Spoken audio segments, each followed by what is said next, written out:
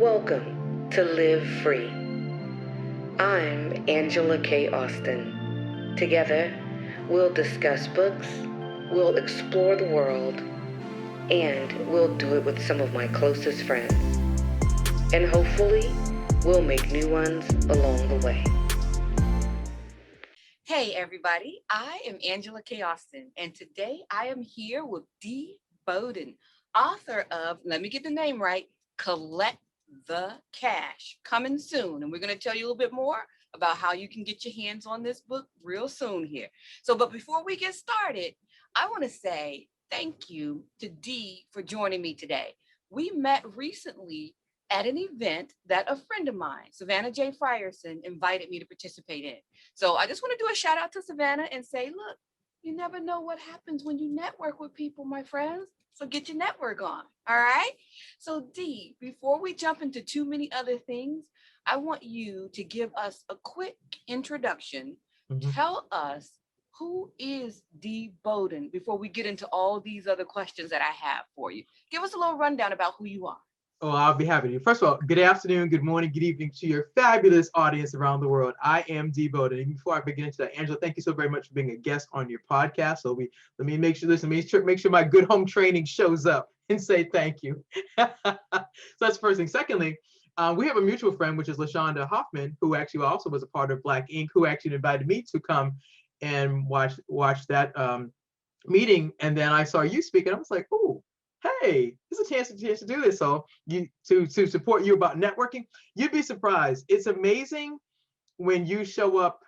I personally believe when you show up with gratitude and you show up with service, or to be in service to others, that like the doors open. Like I came to support LaShonda.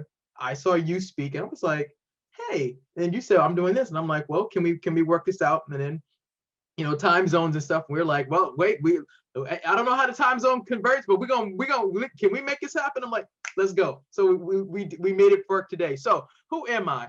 I am originally from Boston. I now live in Maryland. Fun facts about me: I love Ferris wheels, smooth jazz, and great wine. I have lived in Maryland for now. This year will be 15 years. Um, I'm a dualpreneur, which means I have a career and I'm building a business. What I do in my business is I recover money. So for government agencies and corporations and small businesses, I recover money. And then my business, BCS Solutions, is to teach business owners the art and science of what do you do. Better this way. We answer the question of what had happened was when you didn't get paid, especially when you provided a service or a product and you got ghosted or they didn't pay you, and you're like, I did this work, or I provided this service, provided this product, and I need to know what had happened was and how come we didn't get paid. Because when you start your business, when you launch a product, you launch your service, you have this expectation that if you provide the product or service according to the contract, according to the agreement, you're going to get paid. And I know that asking for money, asking for a client or a customer to pay you, especially after you've done the work, and you're like, I have to ask you for my money. And nobody wants to have that conversation. Most people would rather get a root canal or do anything else other than have to ask people to pay them. Because money, unfortunately, because of the way money is socialized in our lives, a lot of times it's very negative. And it's not negative, it's really just a tool. Because, just like when you go to the store, you don't expect to go to Target or Walmart or any other store and just walk out with the merchandise. There's an exchange that happens. They have the product, you pick it off the shelf, you go to the register, you either pay cash or use your debit and credit card. And then when you see the words transaction approved, then you get to take your stuff in the bag and you go out the door. Well, it's no different in business. It's the same thing. It's the same thing. The only difference is that when you go into the stores, unless there's a problem, let's say, something spilled or something was broken, you have to ask for customer service, and then customer service takes care of the issue. But as a business owner, that's a part of what you do. You are responsible for taking care of your customers. So you provide the product, you provide the service. You want to make sure that they have a great customer experience. And if something's wrong, you fix it, and then you can actually build them. And then my part, get paid. It's funny that you say that because, even regardless of what your entrepreneurial venture is, there's usually some element of it that somebody may not like to do or feel comfortable doing, and in this world of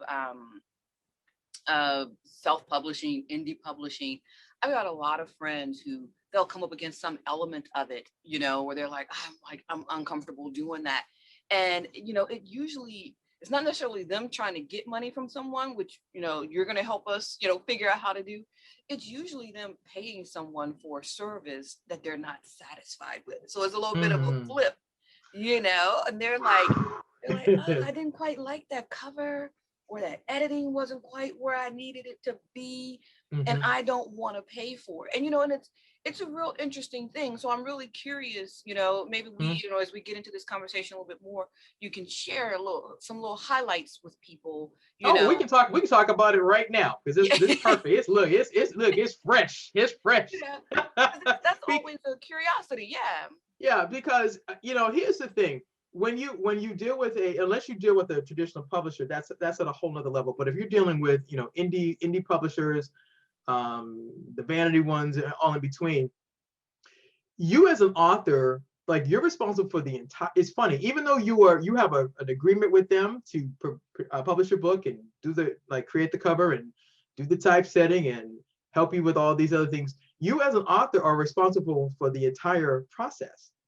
Because the publisher who comes alongside you, for example, when you submit your manuscript to them and they say, yes, we can publish it, or at least we think this is a good topic that we can publish. That's step one. Step two, if you're smart, you get an agreement, and the agreement outlines, what are you going to get? You're going to get typesetting, cover, coaching if they provide it, marketing advice or things like that. But at the end of the day, when you hand over your manuscript to them and you say, can you create a cover? Can you do this?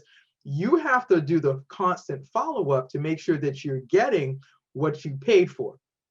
And sometimes it can be a little challenging because, especially if you come from a professional background, you're expecting that I contracted you, X company, to do my thing. I'm expecting that you're going to do this. Why do I have to keep following up behind what you do to make sure this gets done right? But actually, it's really no different that if you hired painters to come into your home and they came in, they gave you a quote and they said, okay, we're going to paint the following rooms and we need to make sure, you move the furniture, you do this. They're going to come in, take their shoes off. They're going to cover things in plastic or whatever the proper term is.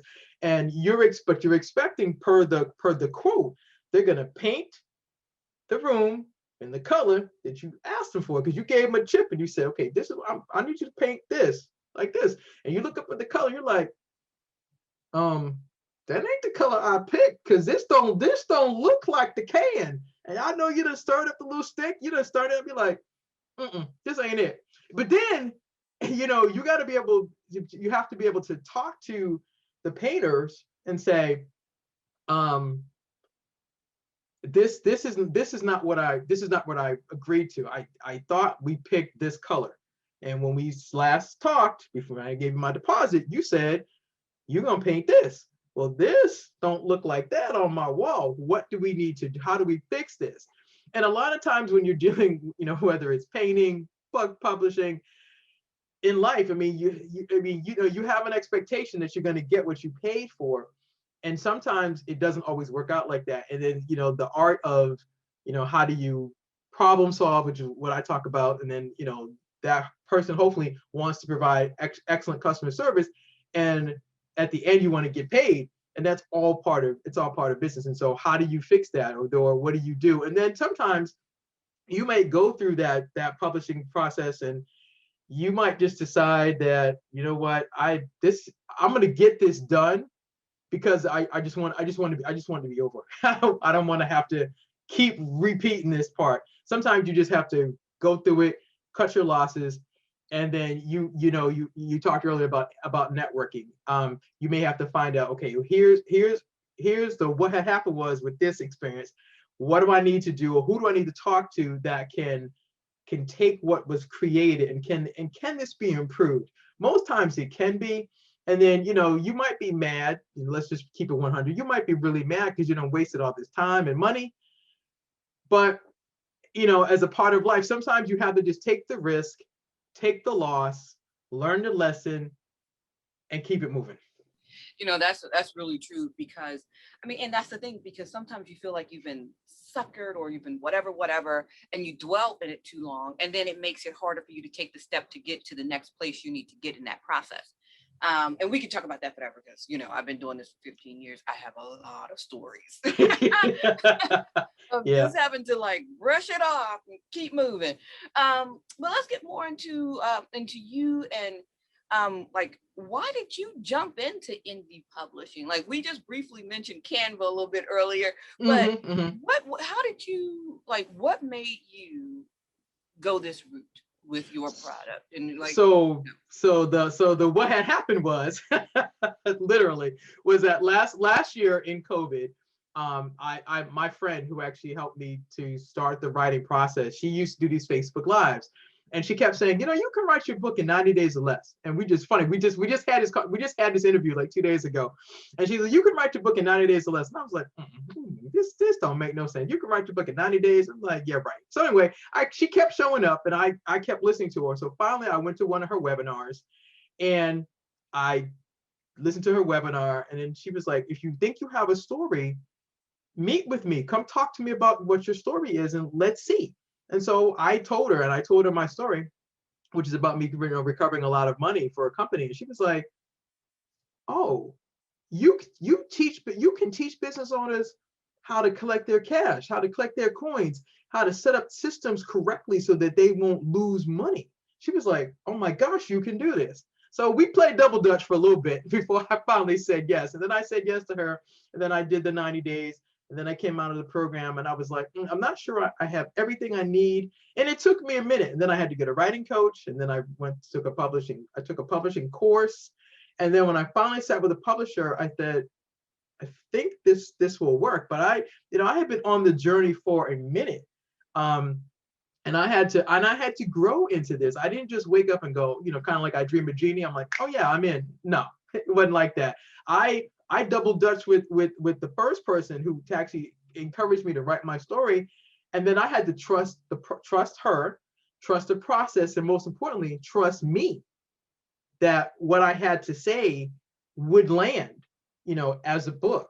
And then, after I came out of that, I got a writing coach, and then I showed her what I had, and she was like, well, this is not exactly a complete book. You need some more help. And I'm like, are you kidding me?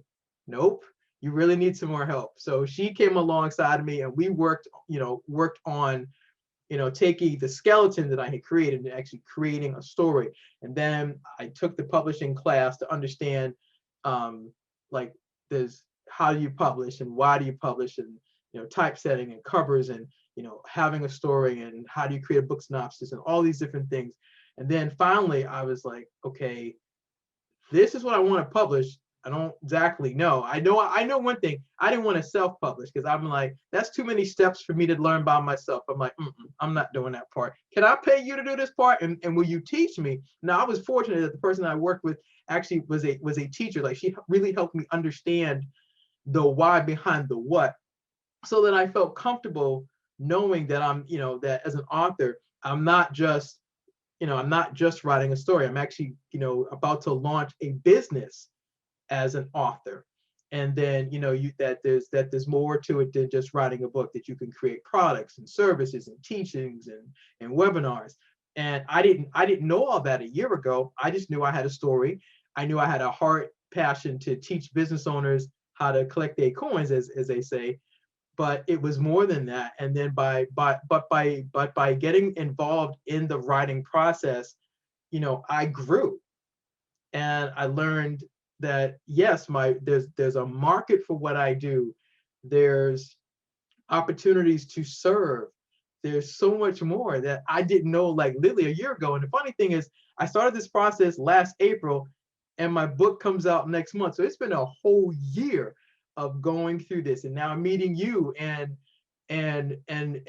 learning how to talk about this and share the story. It's like, who knew? I didn't know any of this, but it's been fun. I can say now it's been fun. It wasn't fun going through it all. No, ma'am. No. But and I'm glad that you said that, because people, for everybody who's listening, and watching, you guys have always heard me use the terms self-publish and indie publishing. And indie publishing just really means that it's a independent publishing world. So within that, you could have independent publishers or houses, which just means that they are not one of the big five. Mm-hmm.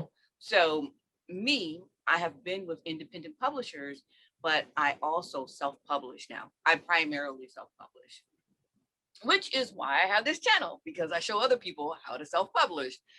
So it's really cool that you did have yourself a writing coach who helped you kind of navigate all that so that you wouldn't have to do it by yourself. Mm-hmm. And then if you ever do decide that you want to jump into the other side of indie publishing and self-publish, you just run on with it. And I think that's really great, and that's, like I said, one of the reasons I started this channel, because you get so many people asking about those highs and those hows and whats, so it's really good that you were able to do that.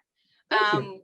So my next question, because you said it, it wasn't easy, you look back on it now, it's been from April to April pretty much. Mm-hmm. So let's talk about pitfalls, that you may have had along that way. And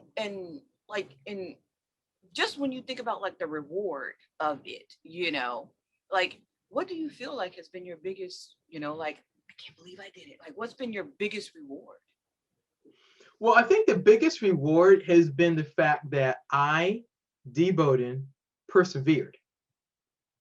That's been the biggest reward, that I persevered, that when I didn't understand the writing process, when I didn't understand like the putting together a good sentence structure, when I didn't understand that writing a book, even though you can see behind me, I'm an avid reader, but even though I love to read, I didn't know that you don't just pop up and say, I'm going to write a book. Like, you actually have to sit and think, okay, why are you writing the book? Who is the book for?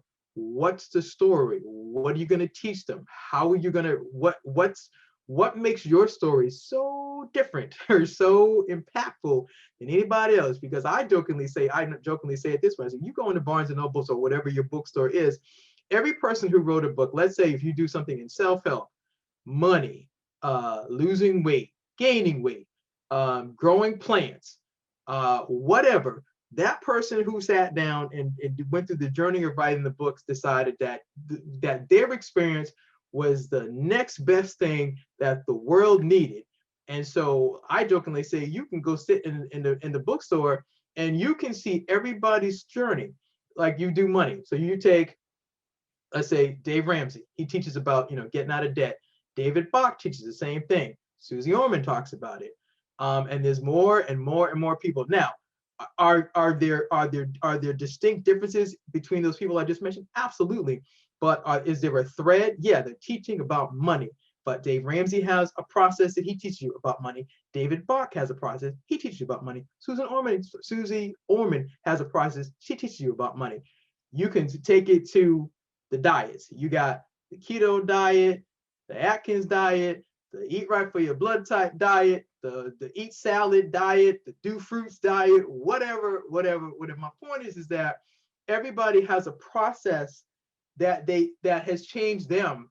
And then once it's changed them, they want to teach others. And so I decided that like what I've been able to do has helped companies and corporations and government agencies recover lots of money. And I decided I wanted to teach that part to business owners and leave a legacy. Like, I don't have kids, so my first book is my kid. That's my legacy. And then getting coaching around this and to keep going, because like I think a couple of times I was in my feelings for a minute. It's like, this is a lot. But what I remembered was that anybody who wants to do anything great Like you will have a moment where you're like, this is hard. I'm scared. I don't understand. This don't make sense.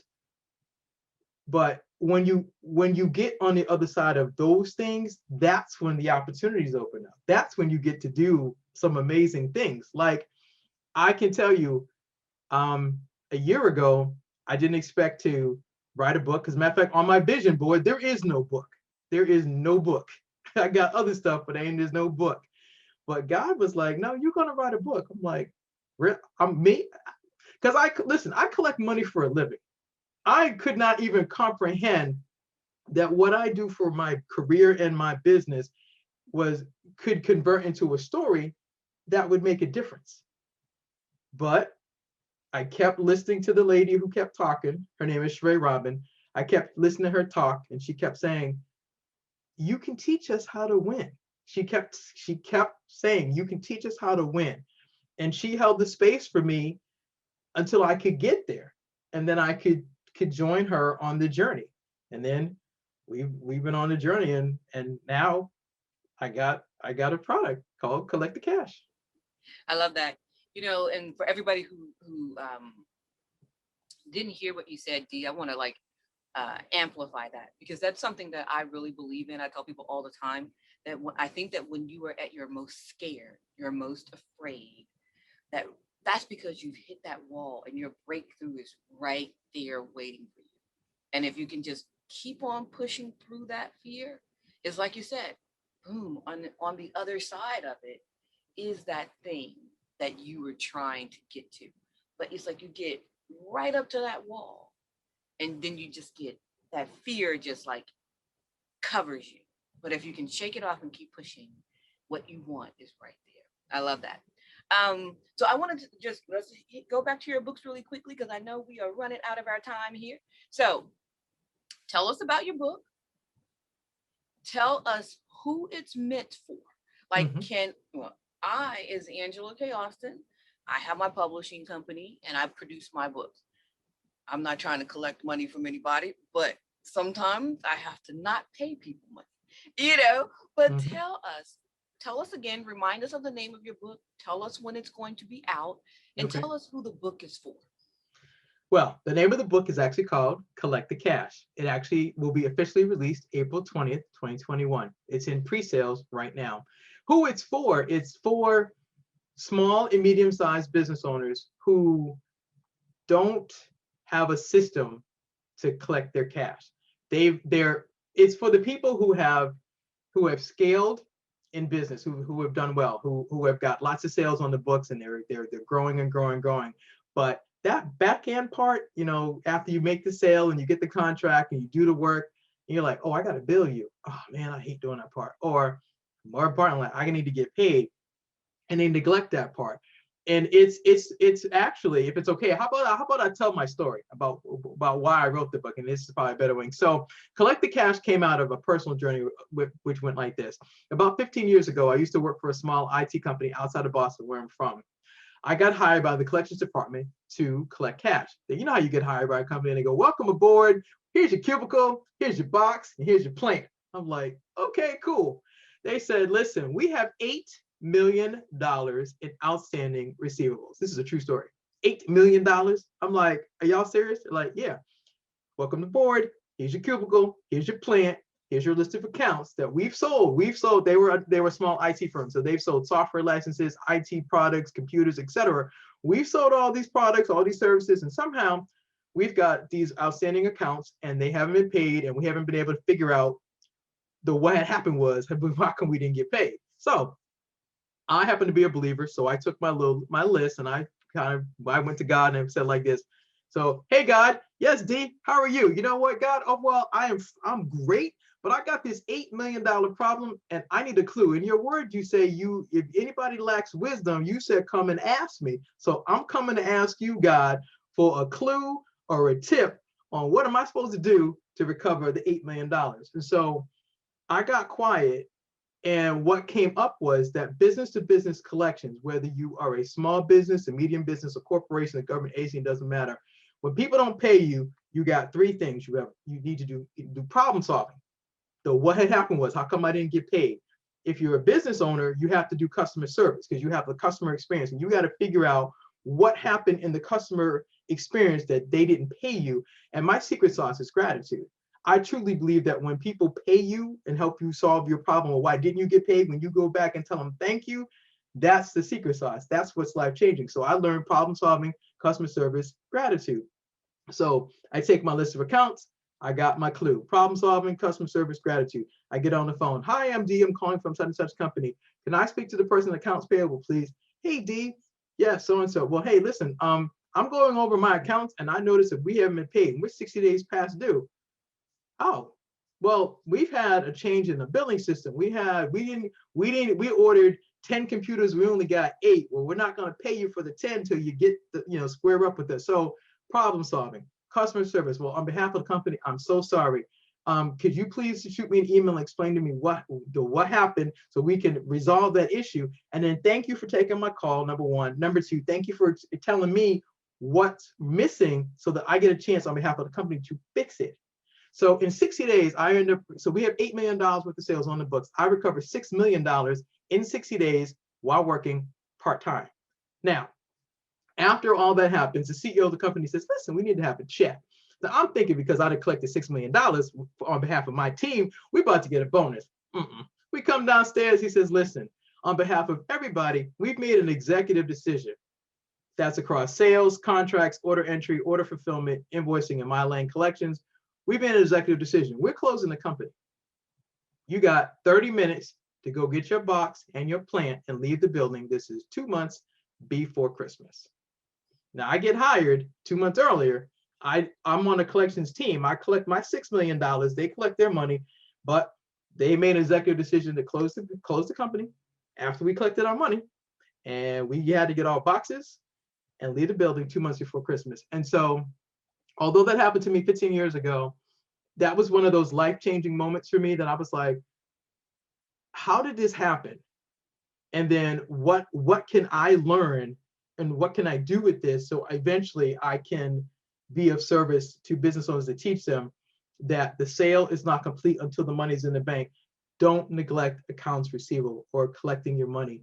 And if you're a product-based business or a service-based business and there's a problem with what you deliver, don't neglect it. Get on the phone, do the follow-up, ask your customer for feedback, ask them, is everything okay? And if they tell you something's wrong, either you as a CEO or whoever works with you, get them to resolve the problem. That company had money that just sat there because nobody wanted to get on the phone and ask the questions. Now, I don't know, I'll never know if there were other factors that impacted why they closed. All I know is I went to work, I had a cubicle spot, I had my accounts, I said my prayer, I collected the money. Everybody lost their job 2 months before Christmas. And I kept thinking, this is not right. But I was a part-time person. There's no way I would know that. But all I know is now is teaching business owners to pay attention to how many accounts you have, when are payments due, and if a payment is late, before you let it slip from 0 to 30, 30 to 60, 61 to 90 and beyond, either you or somebody on your team needs to be making those calls, solving the problem, improving the customer experience. And like I said, my secret sauce is gratitude. And that's why Collect the Cash was born. And it's interesting that you said that, and it's so good that thank you for sharing that, because especially in this economy today, so many people are experiencing those types of sudden losses of income. And so the fact that you were able to not only survive that but thrive, because look at you now, but it's just one of those things where I always kind of wonder about those situations when people make those decisions, business decisions, to shutter something completely. And when they make them so suddenly, like if there's a gradual something, or if you let people know, give people time, help people find other, jobs and opportunities. But when you make those kind of sudden decisions, that's always a curiosity for me. So I love that you are, considering things like that in the work that you're doing to help small businesses so that they can be, financially solvent, so that they can avoid having those type of situations, so that they are not upside down. So that's really great. Thank you. tell people a little bit about your social media. How do they keep up with you so that we know about this book, Collect the Cash? So where Yeah. do we find you? Where do we go to find Dee Bowden? So Dee Bowden is on Facebook. So I'm Dee Bowden on Facebook. On Instagram, I'm actually at D Collects. So you find me on Facebook, Instagram, LinkedIn. It's also Dee Bowden. And then the website for me and the book is www.collectthecash.biz/book. So that's www.collectthecash.biz/book. And again, the book actually comes out officially April 20th, 2021. But right now we're in pre-sales because, hey, right now, if you get the book from me, you actually get a signed autographed copy and a bookmark. Once it goes live on Amazon and everything else, you don't get all the special perks. You just get your book. But if you get it from me directly, you actually get a signed copy and a bookmark. And I think that's just a cool touch. I think that there's something when an author, whether your first time or you've done it many, many times, I like going to book signing. You know why? Because I like seeing the author. I like to engage with the author. You get your 30 seconds, they write your name and they write something to you. But it's a fact that that's an intimate moment. Versus you go on Amazon, you click the button, somebody gets it off the shelf, put it in the box, and they send it to you. That's it. Versus having this part. And I just think there's something to be said for that. And it's just an interesting time that there are so many people that are writing books. I mean, I have never seen so many anthology projects and all kinds of stuff. And it's just like, and it's funny, probably because now that I've joined the author brigade, I'm seeing this. Of course, it's probably always been happening, but now that I'm in the game, I'm like, oh my gosh, there's like all these people writing stories and et cetera, et cetera. But I realize that there's I believe it's more than just people that are writing books. I believe that there's a cry for people needing to make a difference, to get their stories out, to want to have an impact. Of course, yeah. Now there's the business of books, which I'm sure, Angela, you can really speak to as a publisher. You can speak to the business part. But what I see is that there's been this groundswell of people that are writing books. I've got two friends that have, that produce, and I've been in a couple of anthologies, and so it actually, to collect the cash. I guess to be fair, there would not be a collect the cash if I had not been a part of another book anthology, actually, which is called Entrepreneur Elevation. It was Dr. Cheryl Wood who gave me my shot. She was like, told the same story I just shared here, and she's like, oh, you can teach business owners how to collect their coins. I was like, okay. I didn't notice, but she was just another influencer to me who said, put this in the book, teach, create your chapter, be a part of this. But if I hadn't done that, I would have never known that there was more that I could say.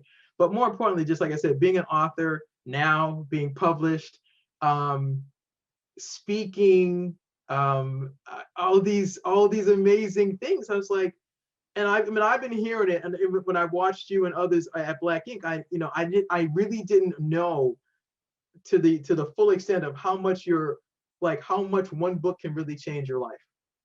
Had no idea. Well, I'm gonna say welcome to the fold, Dee. Thank you. Because anthologies and all this stuff, it's like you said, I think because you weren't in this world with us, you didn't see it.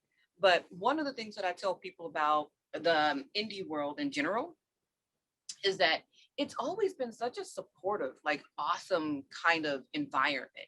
I mean, I have bumped into people who have helped me in so many different ways. And, like when I wasn't writing, they were like, no, girl, come on, you need to get that book out. And they would like, come join this anthology and let's do it together. So it's like, it's been such a collective force of energy that's been very positive in my life for so many years. So welcome to the fold. Well, thank you very, very much. I am honored to be in the fold. It's been something. I was just like a year ago, I still feel like the little kid who's like, oh, it's almost like you wake up from like this dream. You're like, did I really just like do this? Like for real?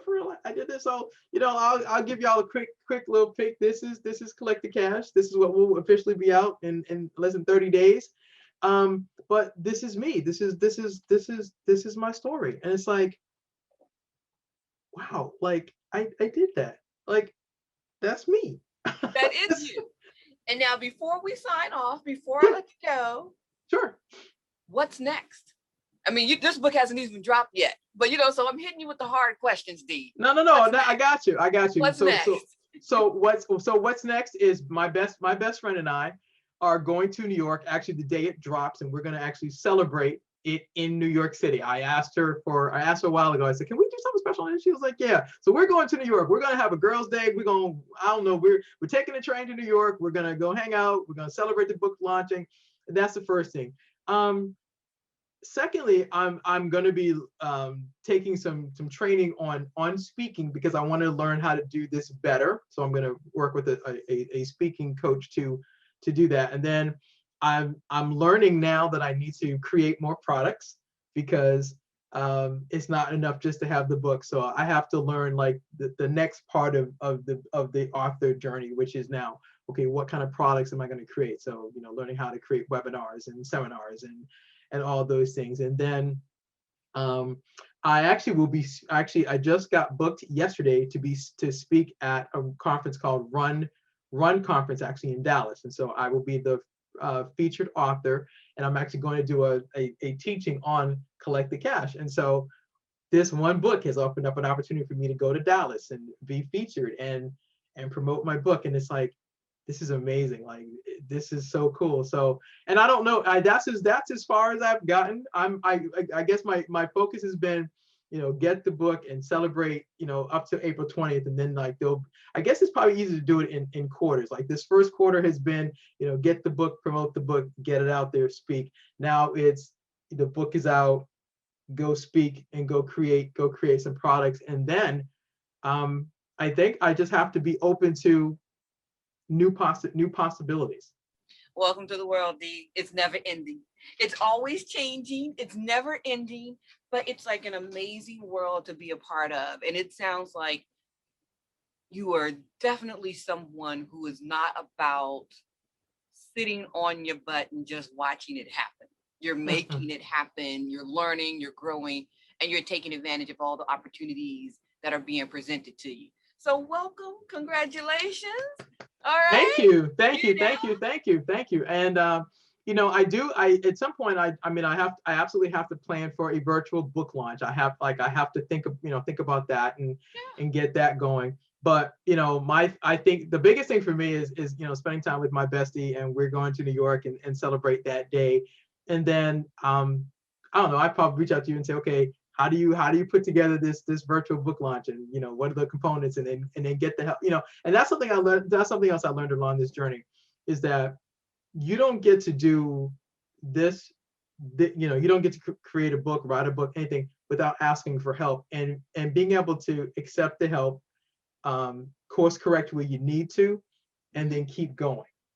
That's something that I learned. But I've learned, to your point about the community being supportive, I realized, okay, I don't know how to do this. I need to ask for help, and I'll get it. And then nothing wrong with it. Yeah. The only thing you can never do wrong, I think, in indie publishing is to not ask questions. Yeah. That's the only thing. Yeah. And like I say, and I have a master's in marketing. So when you have a question, hit me up. I'm here. You know where to find me. Okay, I will definitely do that. I'll definitely do that. Awesome. Well, listen, again, thank you so very much for this opportunity. I am over the moon with gratitude and excitement, and just like, this is cool. And I'm excited to see, new doors. And so, yeah, we'll definitely be in touch, because I already know I already know I need to lean into your brilliance on the next steps. Hey, I'm here. And to all of you guys, your girl was super shiny today, so forgive me. But to all of you guys out there in YouTube world and podcast land, thank you for joining me. I am Angela K. Austin. This is Dee Bowden, author of Collect the Cash. And your girl has a new book dropping. By the time this video comes out, it would have already dropped. So make sure you have your copy. It is called Broken Road Absolution. So I love you guys. Thank you for joining me. Thank you, Dee, for joining me. It's been awesome getting to know you. Likewise. And I look forward to seeing everybody again soon. Thank you, guys. Mwah.